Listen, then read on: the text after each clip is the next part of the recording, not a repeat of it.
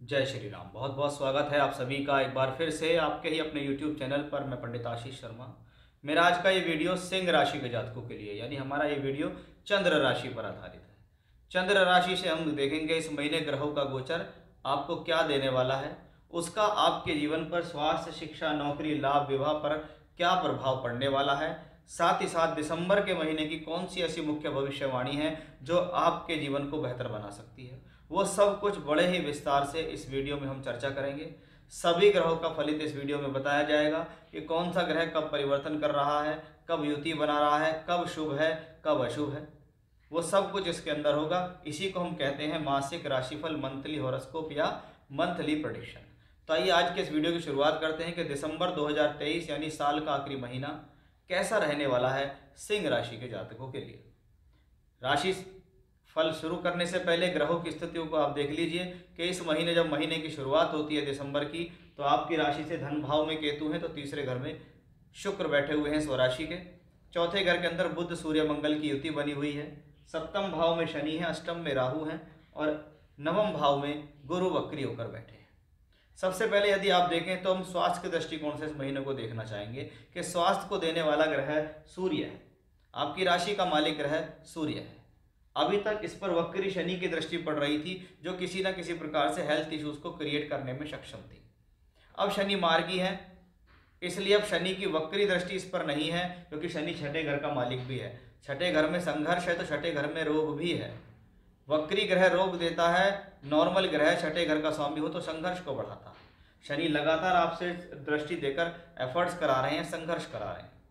लेकिन सूर्य यहाँ केंद्र में बैठे हैं, इसलिए कोई मान सम्मान में गिरावट नहीं है, कोई स्वास्थ्य को लेकर परेशानी नहीं है, कोई बड़ी चिंता का विषय इस महीने नहीं। सूर्य 16 दिसंबर को राशि परिवर्तन करेंगे और सूर्य आ जाएंगे यहाँ।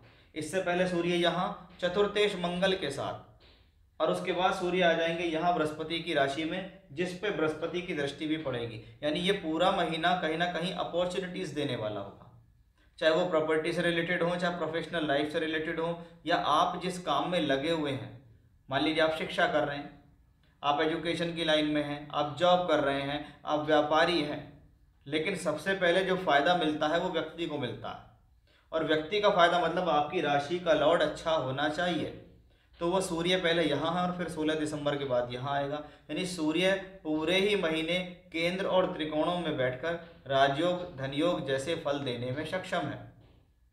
तो ये एक बहुत ही पॉजिटिव स्थिति हमें यहाँ दिखाई दे रही है। तो सूर्य से हमें सबसे पहले सुनिश्चित हुआ कि कहीं ना कहीं ये अच्छी स्थितियाँ हैं। क्योंकि देखिए, किसी भी महीने की शुरुआत अगर अच्छी है तो कहीं ना कहीं वो अच्छी शुरुआत आपको जीवन में देती है। हमने देखा कि आपके तीसरे घर में एक धन योग बना हुआ है। वो धन योग योग कारक मंगल की वजह से है, वो धन योग दो अच्छे घरों के स्वामी बुध की वजह से है, और वही धन योग सूर्य की वजह से है।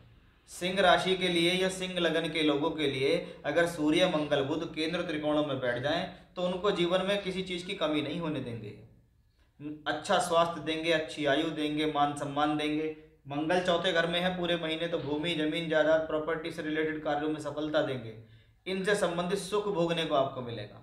भाग्य स्थान का स्वामी भी है मंगल। इसका मतलब है ये ग्रह आपको एजुकेशन और हायर एजुकेशन दोनों के लिए शुभ है। यही स्थिति आपके जीवन में धर्म और धार्मिक कार्यों के लिए शुभ है, धार्मिक यात्राओं के लिए शुभ है, ईश्वर की कृपा के लिए शुभ है कि कहीं ना कहीं भगवान की ब्लेसिंग्स आपको मिलेगी। और जब इसके साथ बुध ग्रह पूरे महीने यहाँ हो तो इसको कहते हैं एक दोहरा धनयोग और राजयोग, कि बुध ग्रह आपको पैसा भी देंगे, बुध ग्रह सोर्स ऑफ इनकम को भी बढ़ाएंगे। यही बुध ग्रह आपके जीवन में कहीं ना कहीं धन को एकत्रित करने का प्रयास करेंगे। क्योंकि ये आप देखिए कि 3 ग्रह अगर यहाँ बैठते हो तो ये तीनों ग्रह यहाँ देखते भी हैं, और ये तीनों ग्रहों का संबंध देखने से का मतलब है कर्म भाव से बना हुआ है। यानी कर्म करके ही जीवन में राजयोग और धनयोग फलित होगा। आपको अच्छी अपॉर्चुनिटी मिलेगी, अच्छी नौकरी मिलेगी, अच्छा काम मिलेगा, तब कहीं जाकर आपके लिए सफलता का योग बनेगा।